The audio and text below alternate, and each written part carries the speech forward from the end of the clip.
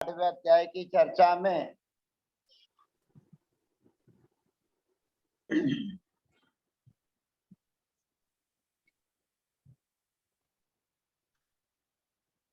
बंध तत्व का वर्णन हमारे बीच में है।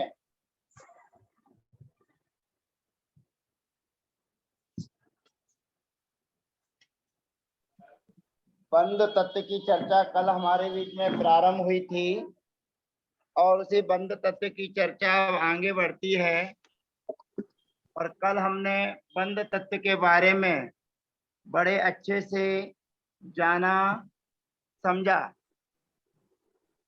कि बंध किन कारणों से होता है।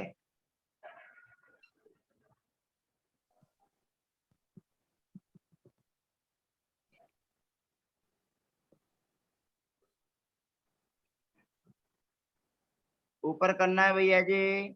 मिथ्या दर्शना वृत्ति प्रमाद कसाय योगा बंध हेतवा। ये पहला सूत्र बंध के हेतु कारण बताए थे। 5 बंध के हेतु कारण होते हैं। मिथ्या दर्शन, अविरति, प्रमाद, कसाय, योग, ये 5 प्रत्यय 5 कारण बंध के आश्रय कारण हैं। और पीछे आश्रय के कारण जो है वो मंगत राय की बारे भावना में है 57 बताए जाते हैं। और यहाँ पर प्रमाद सहित 72 हो जाते हैं। तो प्रमाद कसाय के अंतर्गत ही समाहित है, इसलिए यहाँ पर भी 57 भेदों को ग्रहण करना। और उसके बाद जब बंध के कारण बताए तो बंध के कारण बताने पर ऐसा कौन सा जीव है जो इसका बंध करता है। तो बंध करने वाला जीव है सकसायत्वा जीवा कर्मणो योग्यान। सकसायत्वा जीवा कर्मणो योग्यान पुद्गला न दत्ते सा बंधः। अब इस सूत्र के बारे में थोड़ा विचार करना है। ये सूत्र क्या कह रहा है।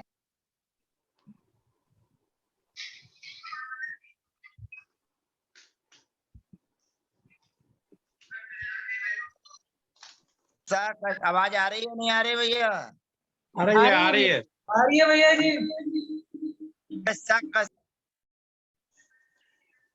कर्मों का बंध कौन करता है, सोचना विचार करना।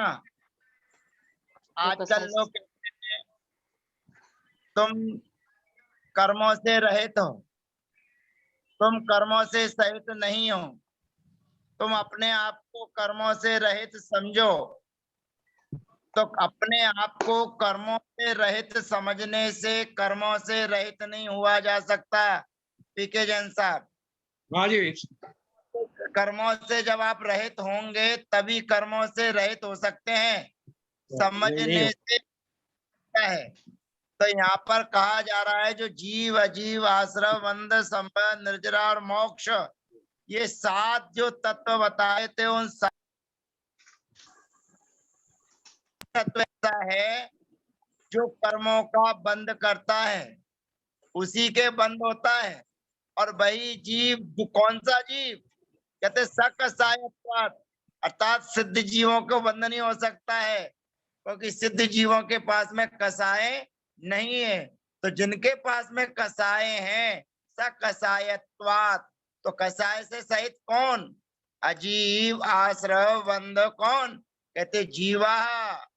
जो जीव है वो जीव क्या करता है, कहते कर्म, कर्मों के योग पुद्गलों को आदत्ते ग्रहण करता है, उसको बंध कहते हैं। अब ग्रहण करता है माने राग करता है, द्वेष करता है, जो जो चीजें हैं। तो करने वाला कौन है, करने वाला जीव ही है। और कर्मों के बंधन से छूटने वाला भी जीव है। जब जीव कर्मों के बंधन से छूट जाता है तब वो सिद्धालय में जाकर विराजमान होता है। और जब तक कर्मों के साथ है तब तक वह जीव संसार में ही है। और फिर उसके बंधों के 4 भेद बता दिए थे। प्रकृति बंध, प्रकृतिस्तनुभव प्रदेशास तद विधेयः, अर्थात जो कसाय सहित जीव कर्मों का योग पुद्गलों को ग्रहण करता है, वही जीव जब बंद हो जाता है तो उसके कितने विभाग हो जाते हैं। तो बंद के 4 विभाग बताए। प्रकृति बंध, स्थिति बंध, अनुभव माने अनुभाग बंध और प्रदेश बंध। इन चारों की चर्चाएं क्रम क्रम से 8वें अध्याय में बड़े सूक्ष्म रूप में चर्चा की जाएगी और इन कर्म प्रकृतियों के बारे में विस्तार से आपको जानना है और जानना चाहिए। तो विस्तार से जानने के लिए आपको गौमठ सार कर्म कांड आचार्य श्री नेमीचंद जी महाराज का अवश्य ही अध्ययन करना चाहिए। तो प्रकृति बंध, स्थिति बंध, अनुभाग बंध और प्रदेश बंध, ये बंध के 4 भेद होते हैं। और 4 भेदों में पहला जो कर्म है प्रकृति बंध, उस प्रकृति बंध के मूल भेद 8 होते हैं। उन 8 के नाम कल हमने आपके बीच में रखे थे। आद्यो, ज्ञान, दर्शना, वर्ण, वेदनीय, मोहनी, यायुर, नाम, गोत्रांतर आया। आद्यो माने पहला, आद्यो माने पहला जो प्रकृति बंध है, उस प्रकृति भाव बंध के 8 भेद होते हैं। ज्ञानावरण, दर्शनावरण, वेदनीय, मोहनीय, आयु, नाम, गोत्र और अंतराय। इन 8 कर्मों को समझने के लिए प्रत्येक का एक एक दृष्टांत कल हमने आपको बताया था कि ज्ञानावरण को लिए पर्दे का दृष्टांत है, दर्शनावरण के लिए द्वारपाल का दृष्टांत है और वेदनी कर्म के लिए शहद लिपटी तलवार है, मोहिनी कर्म के लिए शराब है, आयु कर्म के लिए जेल है, नाम कर्म के लिए चित्रकार है, गोत्र कर्म के लिए कुमार प्रजापति है और अंतराय कर्म के लिए भंडारी मुनीम। इनके दृष्टांत दिए गए। अब आज जो प्रकृति बंध जो गताया ज्ञानावरण आदि भेद बताए गए हैं, उनके भी उत्तर भेद बताने के लिए यहाँ पर आचार्य महाराज कह रहे हैं कि किसके कितने भेद होते हैं।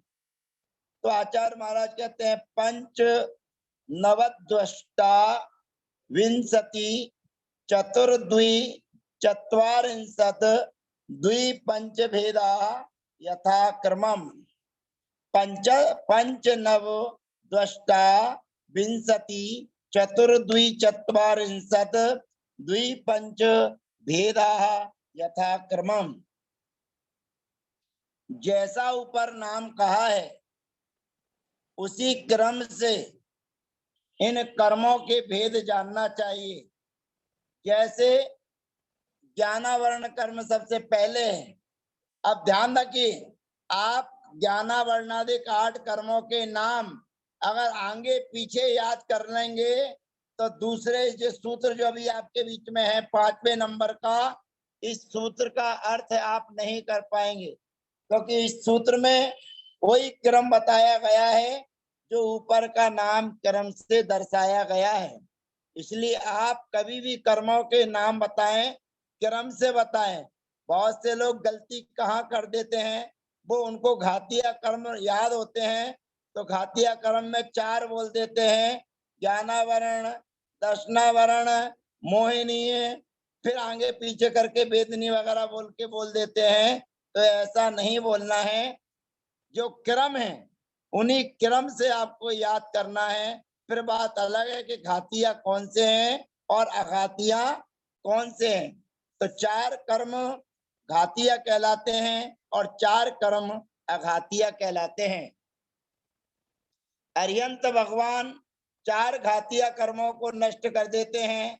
सबसे पहले मोहिनी को, फिर ज्ञानावरण और दर्शनावरण को और अंत में अंतराय कर्म को नष्ट करते हैं। और उसके बाद जब अरिहंत भगवान बनने के बाद सिद्ध जाते हैं, अब विचार करना, चिंतन करना, शब्दों का हेर फेर हो जाता है। 4 घातीय कर्मों का 6 अर्यंत नहीं करते हैं। अर्यंत परमेष्टि तो 4 अघातीय कर्मों का 6 करते हैं, और 4 घातीय कर्मों का जो 6 करते हैं, जो निर्ग्रंथ मुनिराज होते हैं 12वें गुण स्थान में, जब अर्यंत अवस्था को प्राप्त करते हैं, तो अर्यंत अवस्था को प्राप्त करने वाले निर्ग्रंथ मुनिराज 4 घातीय कर्मों का 6 करते हैं, और जिनके 4 घातीय कर्मों का 6 होता है वे अर्यंत अवस्था को प्राप्त होते हैं। तो सामान्य बोलचाल की भाषा में याद रखना है कि 4 घातीय कर्मों का 6 किसके होता है? अर्यंत अवस्था के पूर्व जो निर्ग्रंथ अवस्था में रहने वाले दिगंबर संत हैं, उनके 4 घातीय कर्मों का 6 होता है, और जिनके 4 घातीय कर्मों का 6 हो जाता है वे अर्यंत बन जाते हैं। फिर बाद में अर्यंत परमेष्टि 4 अघातीय कर्मों का और 6 करते हैं। वे अघातीय कर्म है वेदनीय, आयु, नाम और गोत्र। तो उसी क्रम से यहाँ पर बताया जा रहा है पंच नवद्वष्टा विंशति चतुर्द्विचत्वारिंशत् द्विपंच भेदा यथाक्रमम्। सूत्र में आचार्य महाराज ने यथाक्रम शब्द देने का प्रयोजन यही है कि मैं यहाँ किसी भी कर्म का नाम के उल्लेख नहीं कर रहा हूँ, कोई भी कर्म के बारे में नहीं बता रहा हूँ। आपको जिस क्रम से चौथे नंबर के सूत्र में कर्मों के नाम बताए हैं, उसी हिसाब से आपको आगे गिनती करते हुए चले जाना है। 5, 9, 2, 28। अब थोड़ा सा डिस्टर्ब होगा। आप लोगों को सबको पता है कि नाम कर्म के 93 भेद होते हैं, और सबने याद भी कर रखा होगा कि नाम कर्म के 93 भेद होते हैं। लेकिन आचार्य महाराज यहाँ पर नाम कर्म के 42 भेद कर रहे हैं। चतुर माने 4, 4 माने 4, और द्विचत्वारिंशत् माने 42, और द्वि माने 2, और पंच माने 5। अब आपको समझाने की कोशिश करूंगा धीरे धीरे। सबसे पहले ज्ञानावरणी के 5, दर्शनावरणी के 9, वेदनी के द्वि माने 2, और मोहिनी के अष्टाविंशति माने 20 माने 28, और आयु कर्म के चतुर माने 4, और नाम कर्म के द्विचत्वारिंशत्, द्वि माने 2 और चत्वारिंशत् माने 40, अर्थात 42 भेद होते हैं। और गोत्र कर्म के द्वि माने 2, और अंतराय कर्म के पंच माने 5 भेद होते हैं। ये भेद यथाक्रम से जानिएगा, अर्थात जिस क्रम से कहे गए नाम है उन्हीं क्रम से जानिएगा। अब नाम कर्म के 93 भेद आपने पढ़े हैं, और यहाँ पर 42 भेद बताए जा रहे हैं। ऐसा क्यों? तो आचार्य महाराज, कुछ प्रकृतियां होती हैं जो पिंड रूप में होती हैं। पिंड रूप का मतलब होता है समूह रूप में। तो समूह रूप में जिनको कथन किया जाता है, जैसे उदाहरण के तौर पर गति। अब गति कहती तो गति कितनी होती है? 4, लेकिन 4 गति ना गिनकर उन्होंने केवल 1 गति गिन ली। इंद्रियां कितनी होती हैं? तो इंद्रियां 5 होती हैं, लेकिन उन्होंने इंद्रियां 5 ना गिनकर 1 गिन ली। इस प्रकार से नाम कर्म की जब चर्चा आएगी तब मैं आपको बताऊंगा कि 93 भेद कैसे होते हैं और 42 भेद किस प्रकार से बताए गए हैं। अब जो ज्ञानावरण के 5 हैं उनकी चर्चा आती है। मति श्रुतावधि मना पर्याय केवला नाम। मति श्रुतावधि ही मना पर्याय केवला नाम। अब यहाँ ध्यान रखना है अपने को, ज्ञानावरण के 5 भेद होते हैं, परंतु ज्ञान के 8 भेद होते हैं। अब जब ज्ञान के भेद ऐड करते हैं तो वहां पर कुमति, कुसुर्त, कु अवधि भी आ जाते हैं। और यहाँ पर ज्ञानावरण के केवल 5 ही भेद बताए जा रहे हैं। मति, सुर्त, अवधि, मना पर्याय और केवल ज्ञान। तो ये 5 केवल ज्ञान, ये 5 जो बताए जा रहे हैं। तो मति कहने से चाहे अच्छी मति हो चाहे बुरी मति, सुर्त कहने से चाहे अच्छा सुर्त हो चाहे बुरा सुर्त, और अवधि कहने से भी चाहे अच्छा हो चाहे विभंग अवधि हो, दोनों हो। तो कहते हैं एक से दोनों को ग्रहण कर लेना। इसलिए ज्ञानावरण के तो 5 ही भेद है, लेकिन ज्ञान के 8 भेद हो जाते हैं। उनमें 5 सम्यक ज्ञान होते हैं और 3 मिथ्या ज्ञान होते हैं। संसार के जितने भी जीव हैं, 1 इंद्री, 2 इंद्री, 3 इंद्री, 4 इंद्री, असैनी पंच इंद्री, असैनी पंच इंद्री तक के जितने भी जीव हैं उनको 2 ज्ञान होते हैं, कुमति ज्ञान और कुसुर्त ज्ञान। और उसके बाद में सुर्त ज्ञान, अवधि ज्ञान, मना पर्याय ज्ञान, ये आगे 4थे गुण स्थान से चालू होते हैं। तो मति ज्ञान और सुर्त ज्ञान और अवधि ज्ञान ये 4थे गुण स्थान से लेकर 12वें गुण स्थान तक होते हैं। कुमति, कुसुर्त और कु अवधि ज्ञान नियमानुसार पहले, दूसरे और तीसरे गुण स्थान में होते हैं। पर तीसरे गुण स्थान में 24 थानाकार को छोड़कर अन्य आचार्य महाराज मौन है। पर 24 थानाकार कहते हैं तीसरे गुण स्थान में मिश्र ज्ञान होते हैं। मिश्र, अब मिश्र ज्ञान होते हैं तो मिश्र नाम कहां से आ गया? ज्ञानावरण के भेदों में 5 में नाम नहीं, और ज्ञान के जब 8 भेद करते हैं उसमें कोई मिश्र नाम का ज्ञान नहीं। पर 24 थानाकार मिश्र ज्ञान की चर्चा कर देते हैं कि मिश्र ज्ञान होते हैं। वो चिंतनीय विषय अभी तक बना हुआ है, क्योंकि बिना ज्ञान के कोई भी जीव होता नहीं है। आचार्य पूज्यपाद स्वामी मति ज्ञान, सुर्त ज्ञान को 4थे गुण स्थान से 12वें गुण स्थान तक मानते हैं।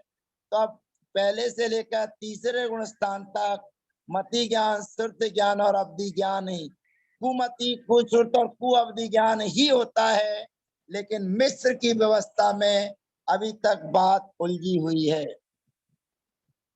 और मना पर्याय ज्ञान केवल दिगंबर मुनि राजों को ही होता है, और वो 6ठे गुण स्थान से लेकर 12वें गुण स्थान तक दिगंबर मुनि राजों को होता है।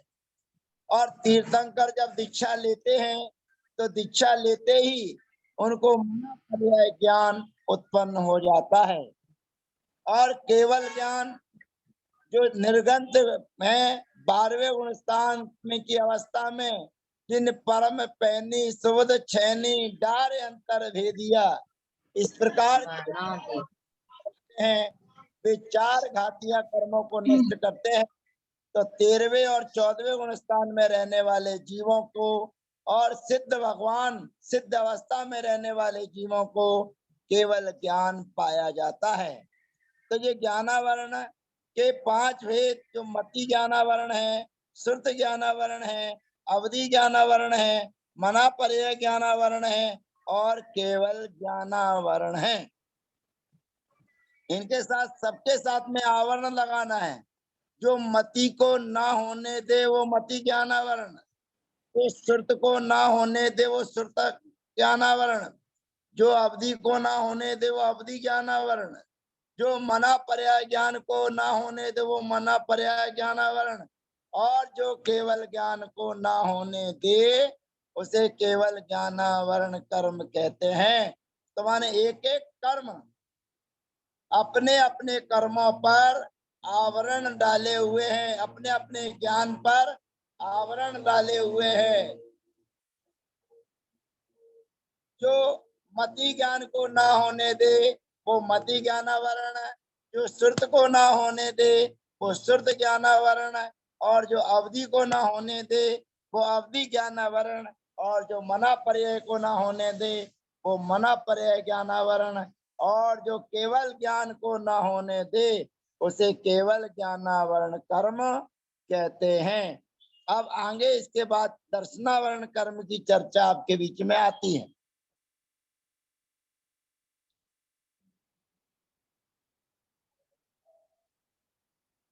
चक्षु रचक्षु रवधि केवला नाम निद्रा निद्रा निद्रा प्रचला प्रचला प्रचला स्त्यान ग्रस्च। इसमें दिख नहीं रहा है।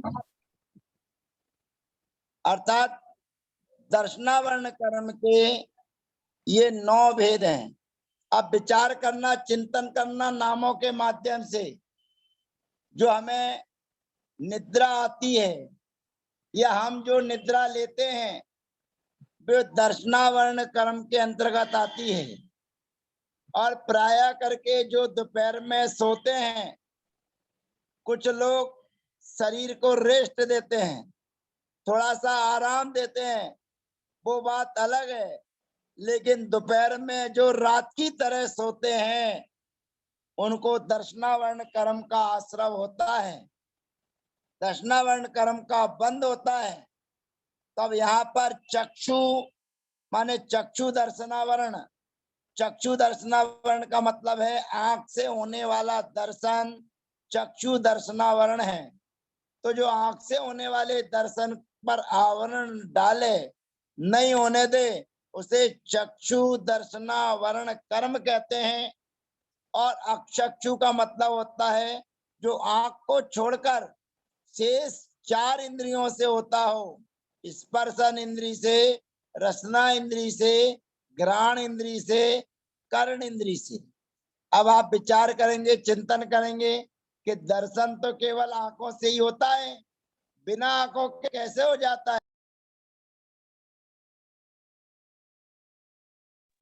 मन से है अनुभव होने वाला ही वो अचक्षु दर्शन कहलाता है। और अचक्षु दर्शन को जो ना होने दे वे अचक्षु दर्शनावरण कहलाता है। अवधि ज्ञान को जो ना होने दे उसको अवधि दर्शनावरण है, और जो केवल ज्ञान को ना होने दे उसको केवल दर्शनावरण कहते हैं। अब आगे विचार करना, 5 प्रकार की निद्राएं हैं। बिना निद्रा के काम चलता नहीं है, और हर किसी को कम से कम 5 घंटे तो सोना ही चाहिए।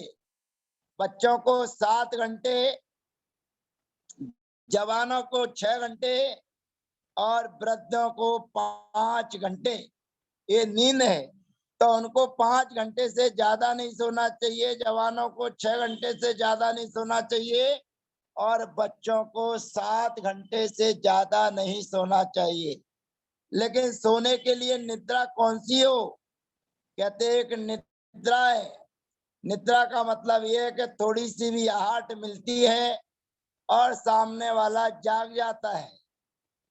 निद्रा निद्रा सोता है, गाड़ी निद्रा आती है, पड़े हुए हैं, बर्तन भी बज रहे हैं, ढोल भी बज रहे हैं, नगाड़े भी बज रहे हैं, फिर भी नहीं उठ पा रहे हैं। फिर प्रचला है, जाग भी रहे हैं और सो भी रहे हैं, सोते सोते आपकी बातें भी सुन रहे हैं और सो भी रहे हैं। और प्रचला प्रचला है कि आपके मुंह से सोते समय लार बह रही है, टपक रही है, गद्दा गीला हो रहा है, इत्यादि व्यवस्था है जिस गहरी निद्रा में होती है उसे प्रचला प्रचला कहते हैं। और उसके बाद में खतरनाक स्त्यान ग्रद्धि। स्त्यान ग्रद्धि जो निद्रा है वो बिरले जीवों को होती है, और कुचित कदाचित उन जीवों को होने पर वे सोते हुए सारे काम करते हैं। उनको पता नहीं रहता कि मैं सो रहा हूँ, क्या कर रहा हूँ, क्या नहीं कर रहा हूँ।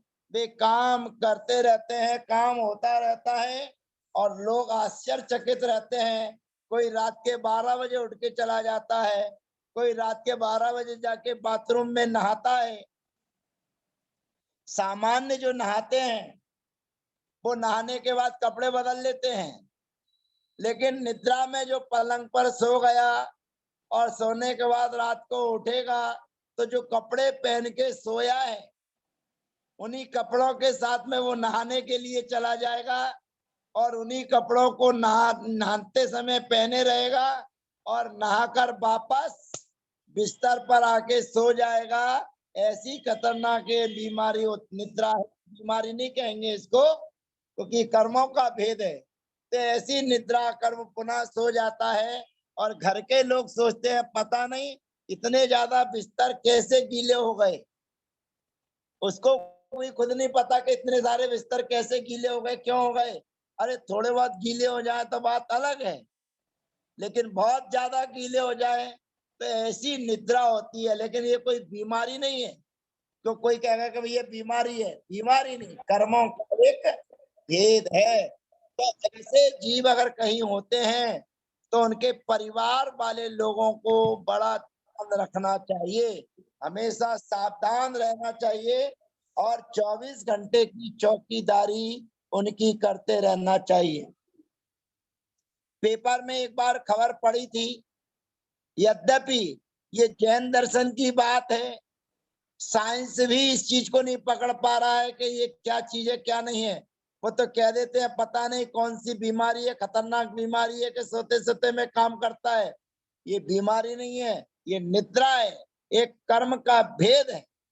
तो पेपर में एक बार पढ़ा था कि घर का कोई सदस्य रात के 12 बजे के आसपास घर से जाता था, समय पर आकर अपने घर में सो जाता था, रात के 12 बजे उठकर चला जाता था और 2-4 घंटे बाद जब भी उसकी इच्छा होती थी आ जाता था। अब घर वाले लोग सवेरे पूछते भैया कहाँ जाते हो, वो कहता मैं तो यहीं सो रहा हूँ, कहीं नहीं गया। अब 1 दिन की बात हो 2 दिन की बात हो, लेकिन वो कुछ कहता ही नहीं कि मैं तो यहीं सो रहा हूँ। घर वाले उससे पूछते उसका वो जवाब देने को तैयार तो है क्योंकि वो तो सही जवाब दे रहा है, क्योंकि वो निद्रा में जाता है। निद्रा में आदमी को पता ही नहीं है कि मैं क्या कर रहा हूँ क्या नहीं कर रहा। एक बार घर के सदस्यों ने सोचा कि हो सकता है इसकी जांच पड़ताल की जाए, खोजबीन की जाए, और एक बार सोच लिया कि आज जानकारी करना है कि कहाँ जाता है क्यों जाता है। अब रात के 12 बजे के आसपास उसने पलंग छोड़ा और घर से निकल लिया। और घर से निकलने के बाद में वो धीरे धीरे नदी किनारे जाता था, वहां पर जाके स्नान करता था और नदी किनारे जाकर उसने स्नान किया और स्नान बड़े आराम से कर रहा था। अब जो उसका भाई पीछे से गया हुआ था उसकी चेकिंग करने के लिए, अब जब ज्यादा देर हो गई तो उससे रहा नहीं गया और वो आवाज लगाता है और आवाज लगाते में कहता है भैया बहुत देर हो गई, अब तो चलो घर को, स्नान हो गया होगा।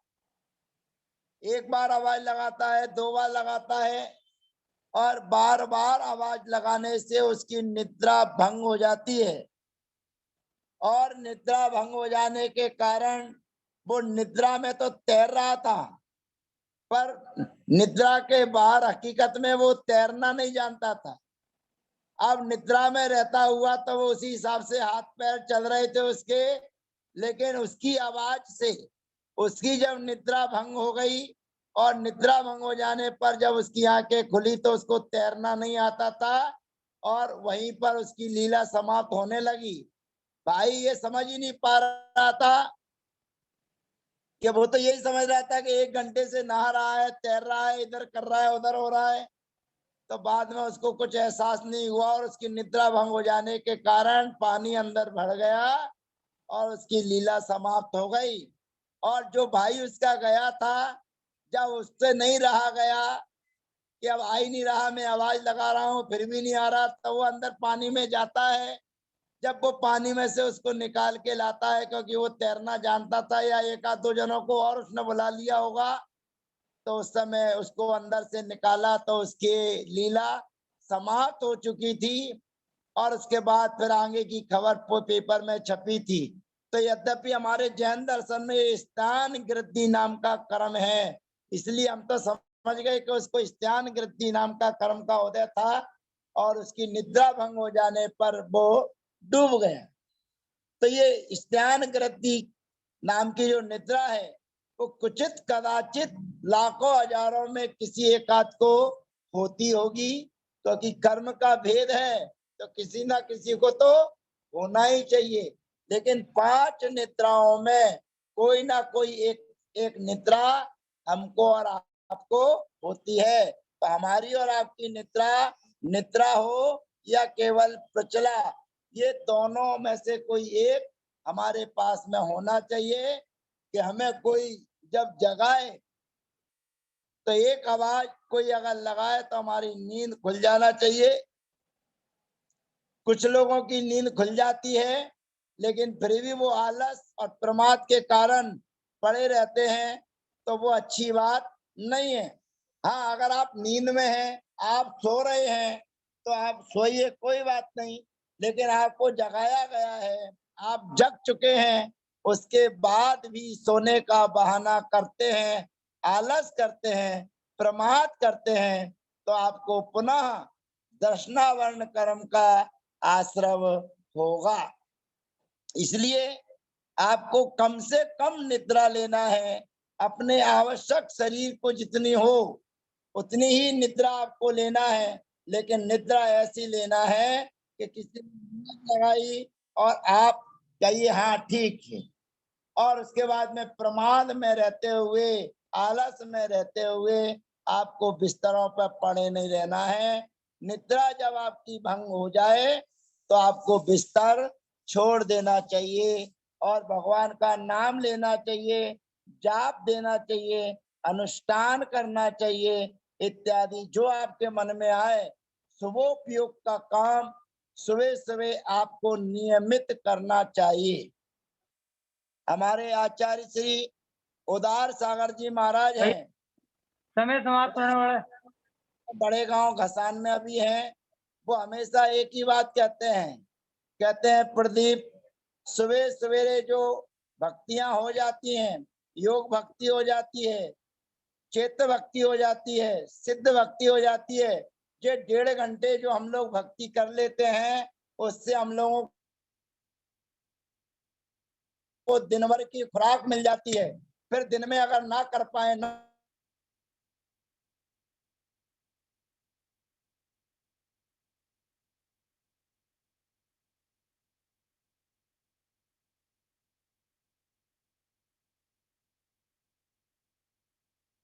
चिंतन, मनन, तीर्थ क्षेत्र की वंदना इत्यादि आप कर सकते हैं, लेकिन ये तभी संभव है कि जब